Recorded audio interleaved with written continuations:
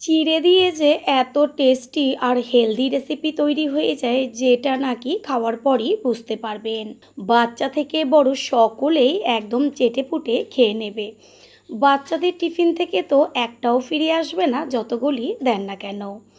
নমস্কার বন্ধুরা, শ্বশুর বৌমা রান্নাঘর অ্যান্ড ব্লগ চ্যানেলে সকলকে স্বাগত। প্রথমেই একটা পাত্রের মধ্যে নিয়েছি ছোটো বাটির 1 বাটি পরিমাণ চিড়ে, আর একটা ছোটো বাটির মধ্যে নিয়েছি সুজিটাকে একদম অল্প একটু জল দিয়ে ভিজিয়ে রেখেছি। এইভাবে 10 মিনিট মতন ভিজিয়ে রাখবো। আর এইদিকে ছোটো বাটির মধ্যে আমি কতটুকু জল দিয়েছি দেখাই যাচ্ছে, সম্পূর্ণটা একদম সুজিতে টেনে যাবে। 10 মিনিট রেস্টে থাক। 10 মিনিট বাদে আমি চিড়েটাকে ভালো করে জল দিয়ে ধুয়ে নিয়ে এসেছি। দেখা যাচ্ছে যে কোনো রকম জল নেই, সম্পূর্ণ একদম ঝরঝরে চিড়ে রয়েছে।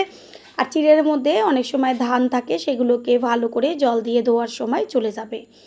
আর এইখানে আমি সুজিটাকে যে ভিজিয়ে রেখেছি সেটা সম্পূর্ণ নরম হয়ে গেছে। একদম যেন জল না থাকে সেইভাবে সুজিটাকে ভিজাবেন। আর চিড়েটাকেও ঠিক এইভাবে ঝরঝরে করে রাখতে হবে। তারপর হাত দিয়ে বেশ আটা মাখার মতন খুব ভালো করে মেখে নেব, কোনো রকম যেন চিড়ের মধ্যে জল না থাকে। একটু সময় নিয়ে চিড়েটাকে ভালো করে মাখতে হবে।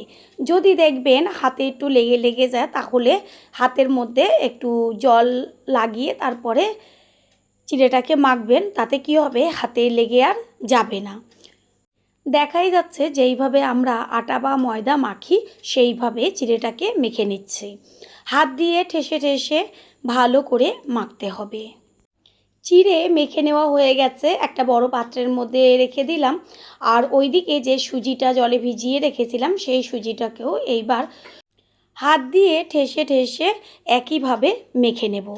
কিছুক্ষণ মেখে নেওয়ার পরে তারপরে সুজির সাথে চিড়ে যে মেখে রেখেছিলাম সেই মেখে রাখা একই সাথে আবারও একটু সময় নিয়ে ভালো করে মেখে নেব। সুজি মেখে নিয়েছি আর ওই যে চিড়ে মাখাটা রেখে দিয়েছিলাম সেটাকে এবার দুটো একসাথে করে ঠিক একইভাবে মেখে নেব।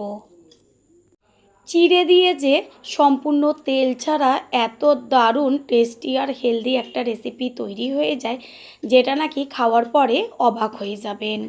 ভালো করে মেখে নেওয়া হয়ে গেল, চিড়ে মাখা হয়ে গেছে।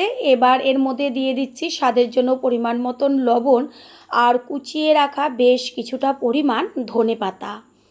এবার ধনেপাতা আর লবণটাকে দিয়ে আবারও সুজি আর চিড়ে মেখে নেব। আবারও বলছি, যদি এই মেখে নেওয়ার সময় হাতে লেগে যায় তাহলে একটু জল দিয়ে হাতটা ধুয়ে নেবেন, তারপরে মাখবেন, দেখবেন সুন্দরভাবে মাখাটা হয়ে গেছে। যদি আপনারা চান জলের পরিবর্তে একটু সাদা তেল হাতে মাখিয়েও মেখে নিতে পারেন, এটা অপশনাল। জল বা তেল একটু হাতে মাখিয়ে তারপরে মাখবেন, দেখবেন কোনো রকম হাতে লেগে যাবে না। ডোটা একদম তৈরি হয়ে গেছে। এবার কিছুটা অংশ নিয়ে হাতের মাঝখানে রেখে 2 হাত দিয়ে গোল করে আস্তে করে চাপ দিলেই বেশ সুন্দর চ্যাপ্টা চ্যাপ্টা হয়ে যাবে।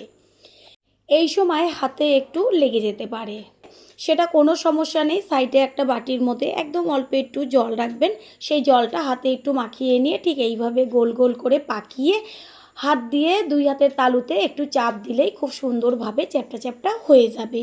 এইভাবেই আমি সমস্তগুলো তৈরি করে নেব। পুরনো বন্ধুদের সবসময় আমাদের পাশে এইভাবে ভালোবেসে থেকে এগিয়ে নিয়ে যাবার জন্য অনেক অনেক ভালোবাসা। সমস্তগুলো তৈরি করে নিয়ে ফিরে এসেছি। এবার একটা ফুটো ঝাঁঝরি নিয়েছি, তার মধ্যে একটা ব্রাশের সাহায্যে সাদা তেল পুরো ঝাঁঝরিটার গায়ে মাখিয়ে নেব। তাহলে কি হবে, ঝাঁঝরির গায়ে একটাও টিফিন লেগে যাবে না।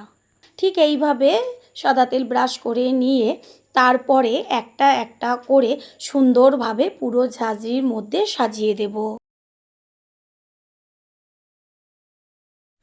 সমস্তগুলো সাজিয়ে দিয়েছি। এবার ঝাঁঝরিটাকে ধরে গ্যাসের ওভেনে কড়াইয়ের মধ্যে দিয়েছি জল, আর জলটা বেশ ফুটতে শুরু করেছে। এবার ঝাঁঝরিটাকে এর উপরে বসিয়ে দিলাম।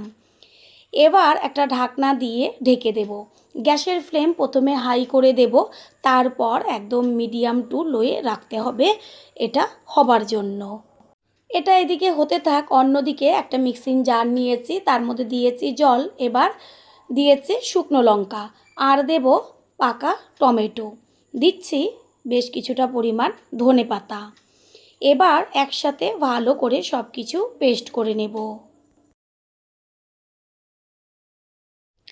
টমেটো, ধনেপাতা আর শুকনো লঙ্কা একসাথে পেস্ট করা হয়ে গেল। এইদিকে আমি ঢাকনাটা সরিয়ে দিয়েছি আর ওপরটা দেখা যাচ্ছে যে কালারটা কত সুন্দর চেঞ্জ হয়ে গেছে।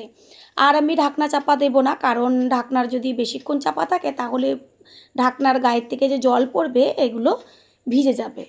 সেই কারণে ঢাকনাটা সরিয়ে দিয়ে আমি তুলে তুলে দেখিয়ে দিচ্ছি, সম্পূর্ণ সুন্দরভাবে উঠে আসছে। আর ওই যে তেল যে মাখিয়ে নিয়েছিলাম সেই কারণে একটাও কিন্তু কারোর গায়ে লেগে যায়নি। টিফিনগুলো একদম তৈরি হয়ে গেছে। এবার কড়াইয়ের ওপর থেকে তুলে একটা পাত্রে ঢেলে নেব।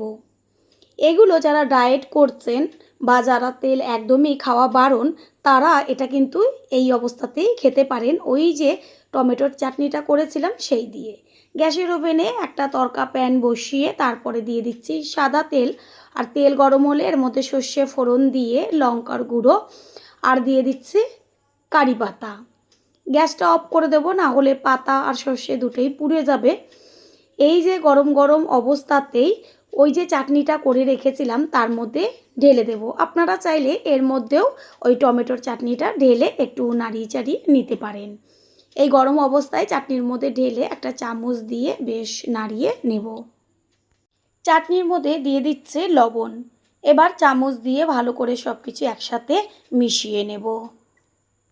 টেস্টি টেস্টি চাটনি তৈরি হয়ে গেল। আর এই চাটনি দিয়ে এই টিফিনগুলো খেতে এত দারুণ লাগে যেটা নাকি খাওয়ার পরই বুঝতে পারবেন। টিফিনগুলোর টেস্ট আরও টেস্টি হবার জন্য গ্যাসের ওভেনে কড়াই বসিয়ে 1 চা চামচ পরিমাণ সাদা তেল দিয়েছি আর দিয়ে দিচ্ছি 1 চা চামচ কালো সর্ষে, 1/2 চা চামচ সাদা জিরে। ফোড়নটাকে ভালো করে ভেজে নেব গ্যাসের ফ্লেম লোতে রেখে, না হলে মশলাগুলো পুড়ে যাবে। তেল কিন্তু একদমই বেশি দেবেন না, কারণ চিড়েতে তেল টানে না। সেই কারণে 1 চা চামচ তেল দিলেই তৈরি হয়ে যাবে। এর মধ্যে দিয়ে দিচ্ছি 1/2 চা চামচ হলুদ গুঁড়ো, 1/2 চা চামচ লঙ্কার গুঁড়ো আর দেব কারি পাতা। ভালো করে ফোড়নটাকে ভেজে নেব। গ্যাসের ফ্লেম একদম লোতে প্রথমেই বলেছি। এই তেলটুকু আর মশলাগুলো ব্যবহার করার কারণ হচ্ছে যেহেতু বাচ্চারা খাবে, সেই কারণে টেস্টটা একটু বেশি টেস্টি হলে ওরা কিন্তু একটাও টিফিন বাড়িতে ফেরত নিয়ে আসবে না। এবার আস্তে আস্তে সমস্ত টিফিনগুলো তেলের মধ্যে দিয়ে দেব।